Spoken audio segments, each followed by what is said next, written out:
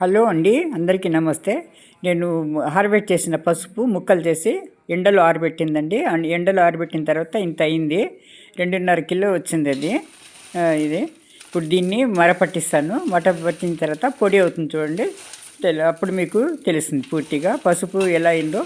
పూర్తి process complete అయినట్టు. దీంతో పసుపు ఇది ఎండిన తర్వాత ఈ ముక్కలు ఇలా ఉన్నాయన్నమాట. 2.5 కిలోలు వచ్చింది. 2-3 కిలోల దాకా వచ్చిందండి. ఇది మరపట్టించడానికి పంపిస్తాను మిషన్కు. థ్యాంక్ యూ అండి. హలో అండి, అందరికీ నమస్తే.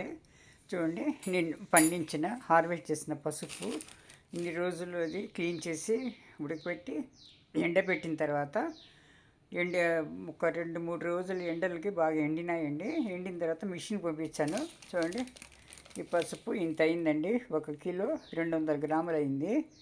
చూడండి, ఈ మన పండించిన పసుపు కలర్ ఇలా ఉందన్నమాట. వాసన కూడా గుమగుమలాడుతుందండి, పసుపు వాసన.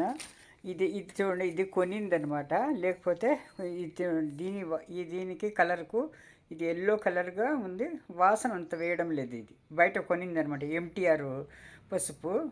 తక్కువ పడిందని కొన్నాను. చూడండి, ఇది ఎంటీఆర్ పసుపు ఇలా ఉంటుంది. మన దీంతో అయితే కలర్ చూడండి ఇలా వస్తుంది అనమాట.